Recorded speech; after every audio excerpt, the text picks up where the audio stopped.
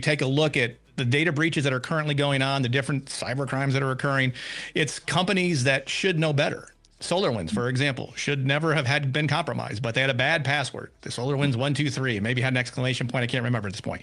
Right. Microsoft. How many times we have to talk about Microsoft having a compromise? They should be able to afford to do the basics, but bad guys in general, hackers are not in general hacking into your system. They're logging in because your credentials are out there. You don't have multi-factor authentication. You're not patching, which really not going to help you log in. But there's just certain things that companies should do from a basic level. And that's going to be, that was the initial question. So I've kind of expanded out to that, but it's, are you have a regular patching cadence? Do you have good passwords? Do you have multi-factor authentication? I mean, those three things right there will solve a lot of your problems, but most companies look at cybersecurity as a cost. It is a cost. They're not making money on it unless you are a cybersecurity company, then you're making money. But if you're a bank or you're a healthcare entity or you're a law firm, whatever, you're not making money doing cybersecurity. It's costing you money.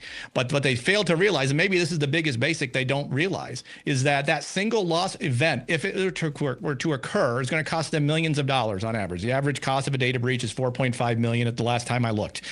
So that single event is going to cost you that much. There was a healthcare facility in the Midwest that went out of business. 6 facilities had to close down because they couldn't afford the aftermath of their ransomware breach. And so I say all that to kind of say, understanding what's coming at you and look at that from sure, we're going to have to pay this amount up front monthly, but this is the amount that's going to result if we have that one single incident. For what you could pay for quality cybersecurity assistance, you could probably go 50 years paying that versus that one time event. So it's a failure to realize how easy it is for the bad guys to get in. And 2 other basics to understand, and this is 20 years in the FBI doing this.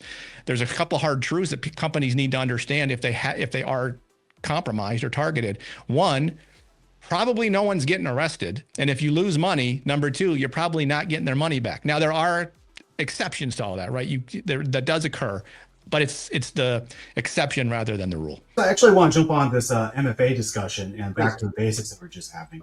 Right before we began the show, Dan and I were talking about one of our people in common. Chris DeRusha was the former CISO for the federal government during the early years of the Biden administration. And he was pretty much the godfather of putting zero trust architecture in place within the federal government. He wrote the first memo on it, defining what we meant by it. And really that was to ensure that we had MFA at every single agency. Everyone had this turned on because that really is the basics that we have to go to.